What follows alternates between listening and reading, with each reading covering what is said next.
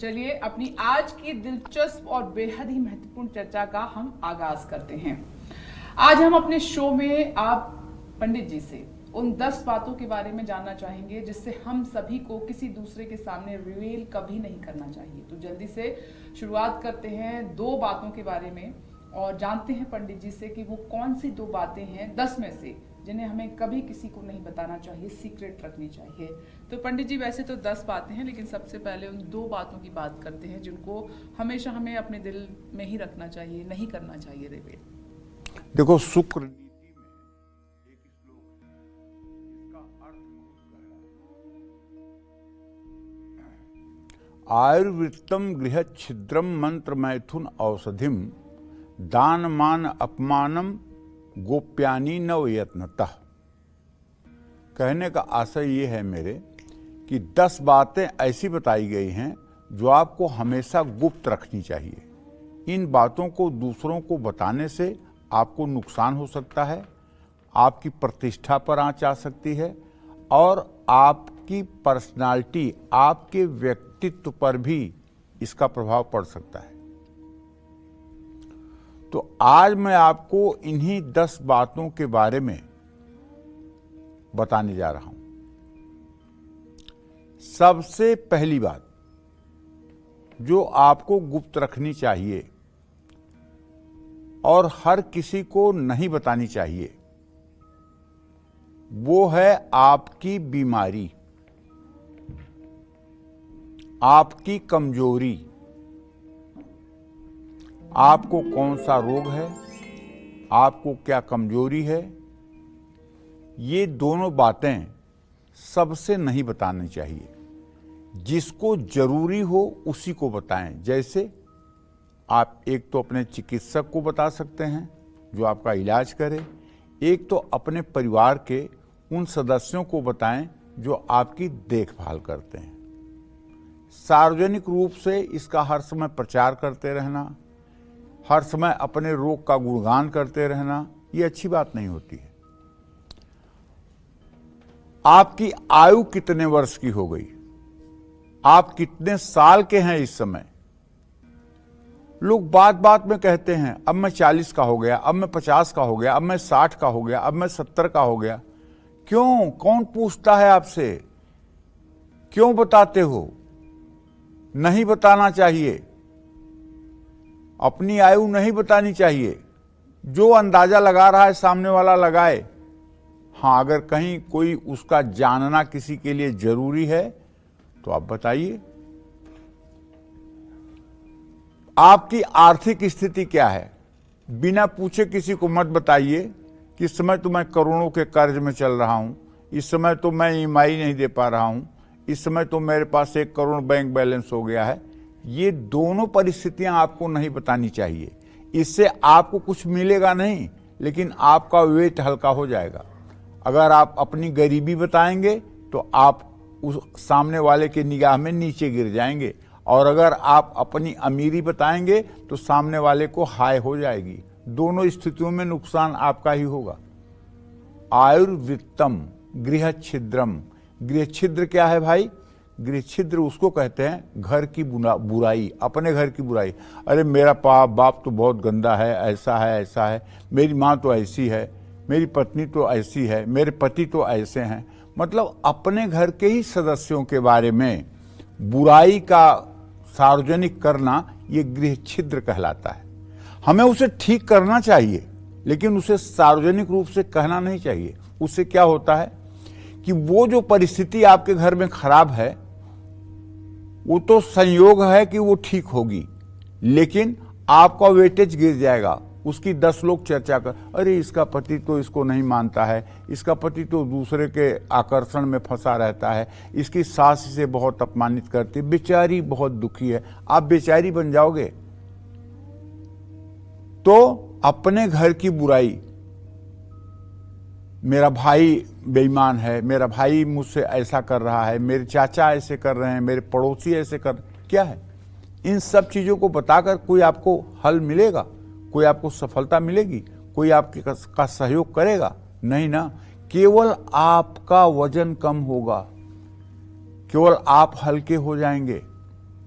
आपको लोगों को देखने का नजरिया बदल जाएगा। आयुर्वित्तम गृह छिद्रम मंत्र, जो भी मंत्र आप जपते हैं, अगर गुरु द्वारा प्रदत्त मंत्र है तो आपको गर्दन भी कोई काट ले तब भी आपको नहीं बताना चाहिए कि मैं ये मंत्र करता हूं। मंत्र सेवक केवल गुरुदेव से ही बताया जाता है कि मैं ये मंत्र का जप करता हूं। आजकल ऐसे लोग हैं, मैं तो श्री सूक्तम भी पढ़ता हूँ, कनकधारा भी पढ़ता हूँ, शिवतांडव भी पढ़ता हूँ, और ये मंत्र भी करता हूँ, वो मंत्र भी करता हूँ, ये भी करता हूँ, वो भी करता हूँ, सब पूरी कहानी, जितनी पूजा कर रहे हैं सब कहानी कर देंगे। अरे भाई, ये पूजा इतना गोपनीय है। भगवान शिव ने माता पार्वती से कहा है, गोपनीयम प्रयत्नेन सोयो निर्यु पार्वती।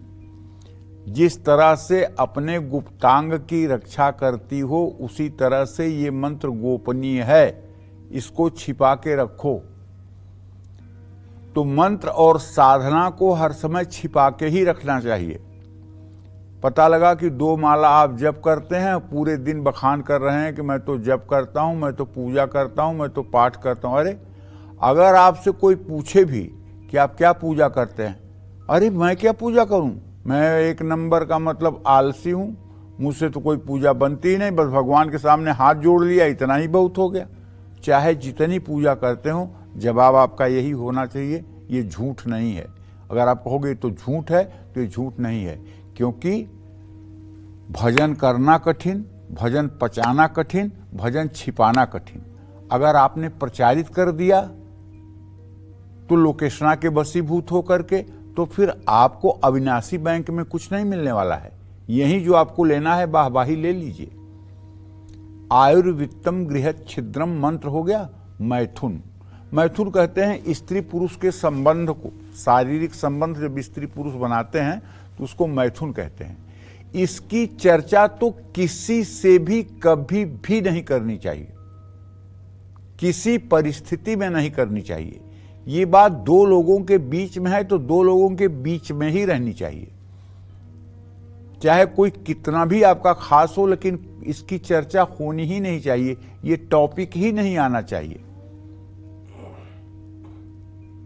औषधि माने दवाइयाँ, अगर आप दवाइयाँ खाते हैं और आपके पास 4 लोग बैठे हुए हैं, दवाई खाने का समय हो गया है, तो आप दवाई का डब्बा ले आकर के सबके सामने टेबलेट निकाल के खाना शुरू कर देंगे। अब उसमें से कोई पूछेगा, अरे आप इतनी दवाई क्यों खाते हैं, आप ये किस चीज़ की दवाई खाते हैं, आप ये क्यों दवाई खाते हैं, आप जवाब दो। इसलिए दवाई अकेले में खानी चाहिए।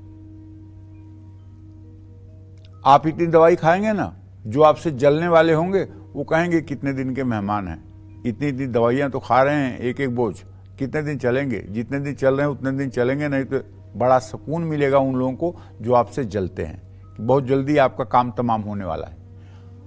और जो आपके शुभचिंतक हैं वो दुखी होंगे, कह रहे इतनी दवा खाते हैं। तो शुभचिंतकों की संख्या कितनी है संसार में, ये तो आप समझ सकते हैं।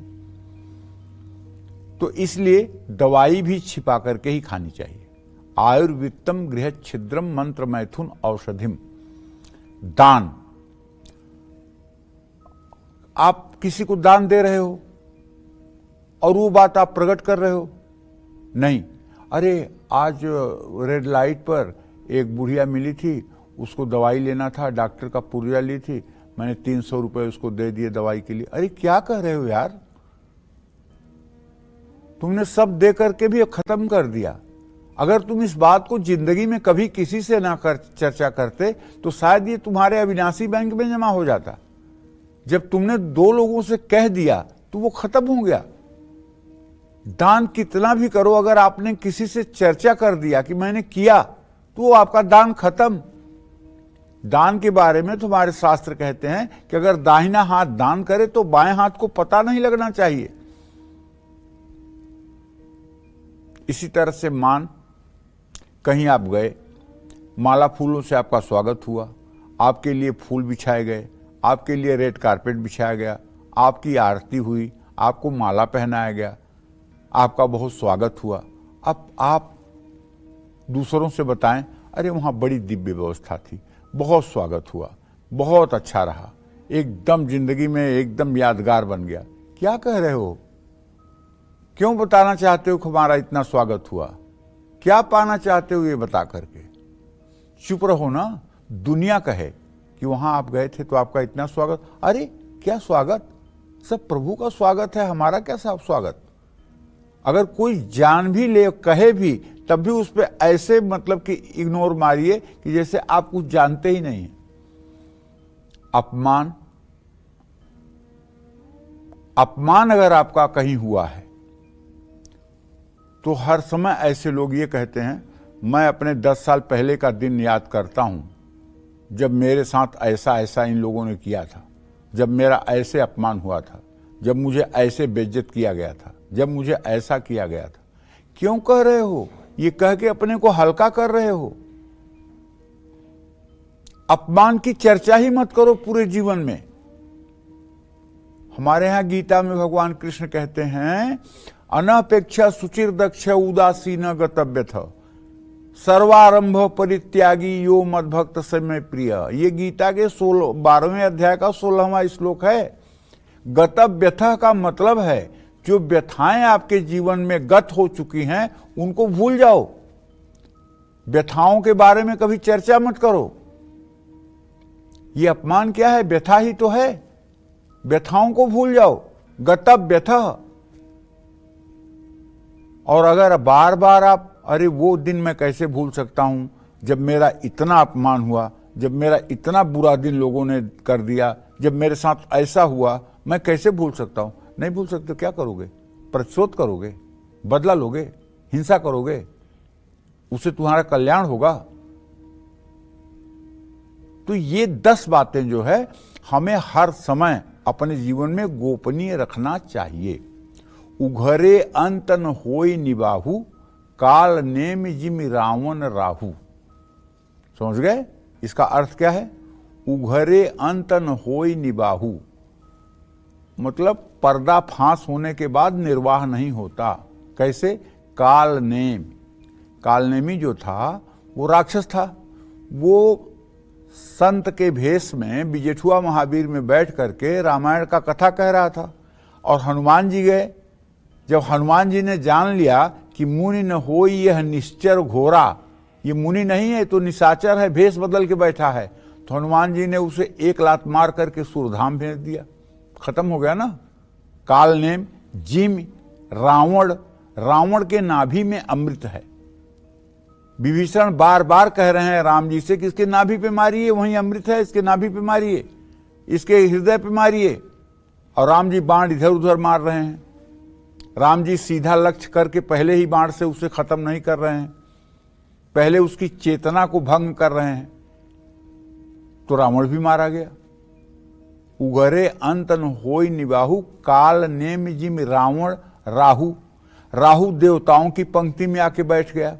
देवताओं को अमृत बंट रहा था तो राहु ने भी हाथ फैला के अमृत ले लिया। और अमृत ज्यों ही गले में गया त्यों सूर्य चंद्रमा ने कहा भगवान विष्णु से कि अरे तो राक्षस है। उन्होंने तुरंत चक्र सुदर्शन से उसका गर्दन काटा, लेकिन तब तक अमृत नीचे जा चुका था। तो उसका सर जो था वो केतु हो गया, नीचे का धड़ जो है वो राहु हो गया। तो कहने का मतलब यह है कि हम लोगों को कभी भी अपने बारे में सब कुछ सार्वजनिक कर देना कोई बुद्धिमत्ता नहीं है। हाँ, अपने गुरु से आप सब कुछ कह सकते हैं, अपने मार्गदर्शक से आप सब कुछ कह सकते हैं, जो आपका शुभ चिंतक है, जो आपको बुराइयों से बचाकर अच्छाइयों की तरफ ले जाएगा। ऐसा व्यक्ति ही मित्र हो सकता है। निंदन तो जानते हैं, मित्र जो होता है वो हर समय बुराइयों से निकाल करके अच्छाइयों की तरफ नियोजित करता है। गुणानाम गुह्यम प्रगति करोति आपदगतम च न जहाति ददाति काले सन्मित्र लक्षण मिदम प्रवदंत संतः। तो कहने का मतलब यह है कि बहुत समझ बूझ करके जीवन जीने का नाम है। जीवन जीना भी एक प्रकार की कला है जो सबको नहीं आती है, ये मैं कह सकता हूं, लेकिन अगर प्रयास किया जाए तो सबको आ सकती है। जय मां विंध्यवासिनी। दर्शन 24 यूट्यूब चैनल को लाइक करें, शेयर करें और सब्सक्राइब करें।